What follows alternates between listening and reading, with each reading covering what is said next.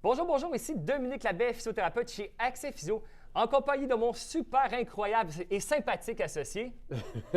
Stéphane Fournier, physiothérapeute. Merci pour la belle présentation, Dominique. Aujourd'hui, on se parle d'exercice à la hanche. À la hanche, exact. Donc, il y a tout un débat, en effet, sur les exercices versus juste faire des exercices, la thérapie manuelle.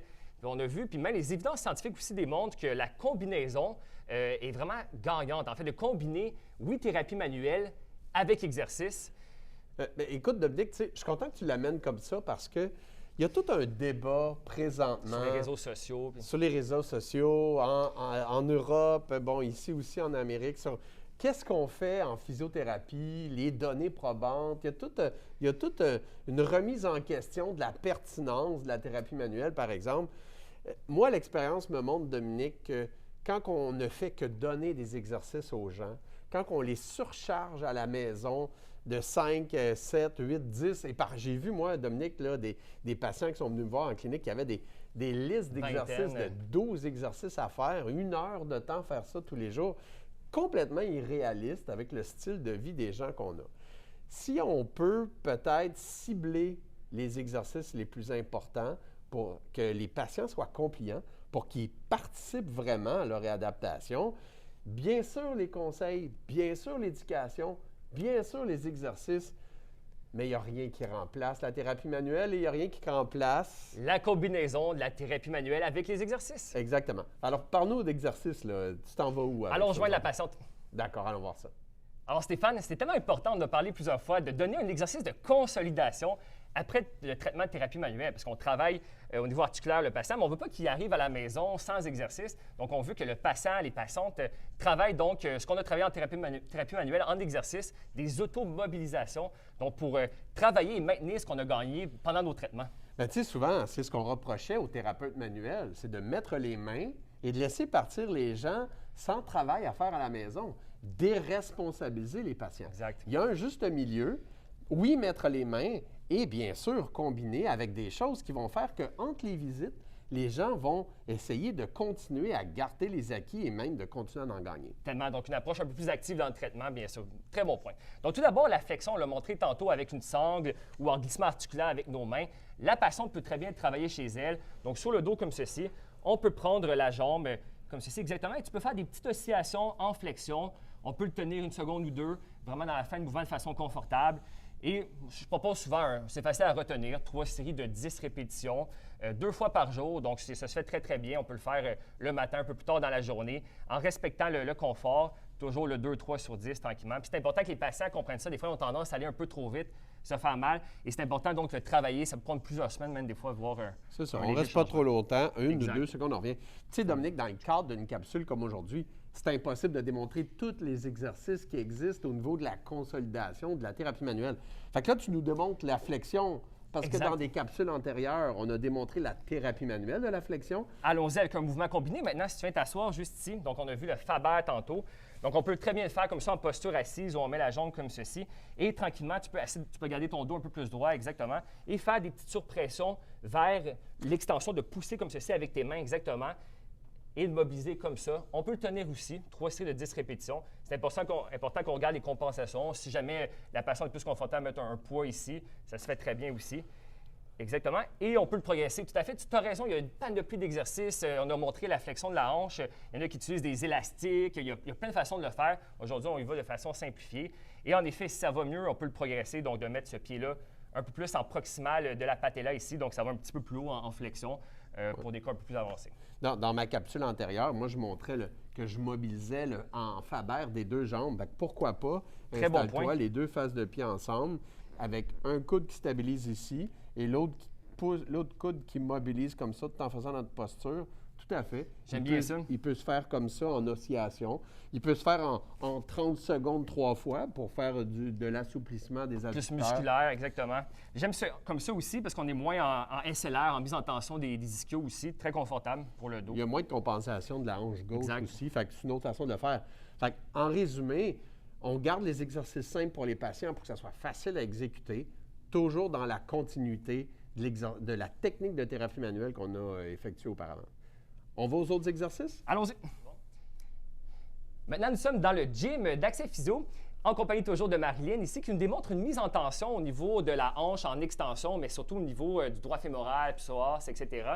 Donc, on vient vraiment en extension de la hanche. Je l'appelle la position de demande en mariage. Donc, tout à fait, tu le fais très bien, un grand pas comme ceci. On peut même mettre le pied en arrière un peu plus sur le bout des orteils, si tu me permets, si on lève un petit peu comme ça met un peu plus de flexion du genou, donc plus de tension sur le droit fémoral. Puis tout à fait, tu peux faire des petites oscillations comme ceci pour venir plus mobiliser.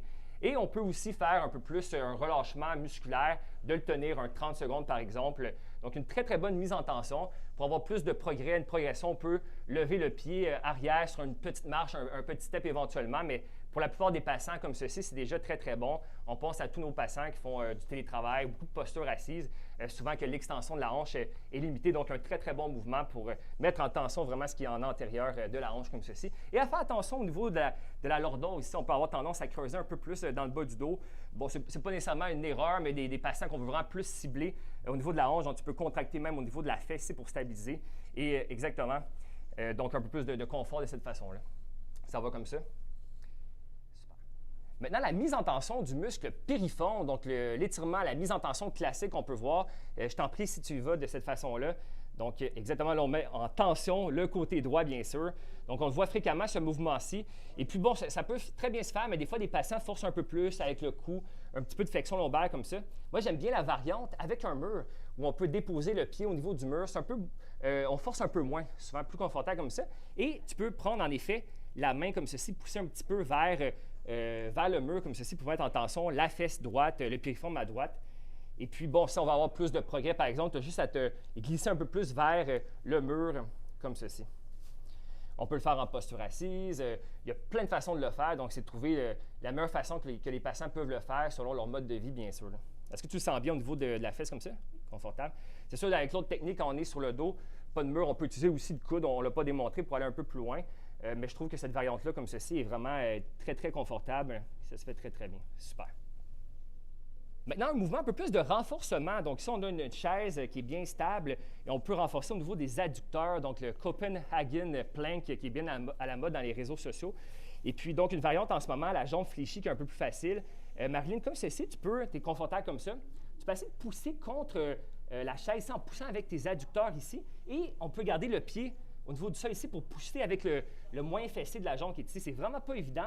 Donc, c'est des muscles qui travaillent ensemble. Donc, ça, c'est au niveau de la chaîne latérale musculaire, au niveau des slings. Donc, l'adducteur ici, le moyen fessier de l'autre côté. Donc, pour des patients qui font du patin de vitesse, par exemple, ou la marche, certains sports, la course, etc., ça peut être pertinent de travailler. On peut faire 3 séries de 10 répétitions, comme ceci, exact. C'est vraiment pas évident. Et une dernière répétition peut-être. On peut tenir en isométrie. Super. Donc, tu viens activer aussi en bas comme ceci. Super. Ensuite, on va tasser la chaise ici. Si on fait le moyen fessier, donc en planche latérale, qu'on connaît bien, même des études ont démontré que c'est un des meilleurs mouvements pour activer au niveau de l'EMG, le moyen fessier. Donc, de cette façon-là, exact, on peut mettre les jambes un peu plus comme ceci. Et puis, c'est sûr qu'il faut que les patients aient une bonne intégrité au niveau de l'épaule, parce qu'on est en appui sur le bras, bien sûr. Et puis, en poussant au niveau de la hanche droite ici, exact, on peut lever de cette façon-là. Super. Et c'est un mouvement qui est assez fonctionnel, assez global. Au niveau, on doit stabiliser le haut du corps, le tronc, stabiliser le bassin, puis forcer au niveau du moyen fessier ici pour tenir la position. Super. Pas évident, hein? Ça force assez bien. Et maintenant, la mise en charge, l'appui unipodal. Donc, si tu viens t'installer sur une jambe, comme ceci, c'est un mouvement qui, en fait, ça peut être dans un traitement en exercice, mais c'est aussi un test qui est très, très utilisé pour des cas d'arthrose à la hanche, par exemple, et pour des cas de tendinopathie glutéale. Donc, on va travailler ici le côté droit, le moyen fessier, puis des cas de tendinopathie glutéale au niveau du petit et moyen fessier. Et puis, on peut le tester 30 secondes. Et souvent, ça peut créer une douleur en latéral de la hanche. Et ça peut être un mouvement aussi qu'on peut travailler. Donc, ça travaille l'équilibre. C'est fonctionnel. Donc, pour travailler donc le côté droit dans ce cas-ci, c'est important de regarder au niveau du bassin s'il n'y a pas une chute du bassin, exactement, dû probablement à une faiblesse du moyen fessier à droite si la chute du bassin est à la gauche. Maintenant, un mouvement intéressant de prone ASLR, donc sur le ventre. Si tu fais une extension de ta hanche ici en la gardant droite, exactement, on lève comme ceci. Et on peut voir dans certains cas, avec certains patients, on peut redescendre, que si on active le grand dorsal, donc au niveau des slings, au niveau de la chaîne musculaire, grand dorsal travaille avec le grand fessier contralatéral ici, via le fascia thoraco-lombaire ici. donc la chaîne oblique postérieure. Et puis, ce que tu peux faire, c'est de pousser un petit peu vers le plafond contre ma main, exact, pour activer le grand dorsal qui fait l'extension du bras. Je le mets de cette façon-là pour mieux voir. Et fais une extension de la hanche, lève vers le haut comme ça, exactement. Et souvent, ça facilite le mouvement. C'est plus facile. Donc, au lieu d'isoler chacun des muscles, on les fait travailler ensemble. Super. Et on peut le travailler de plein de façons.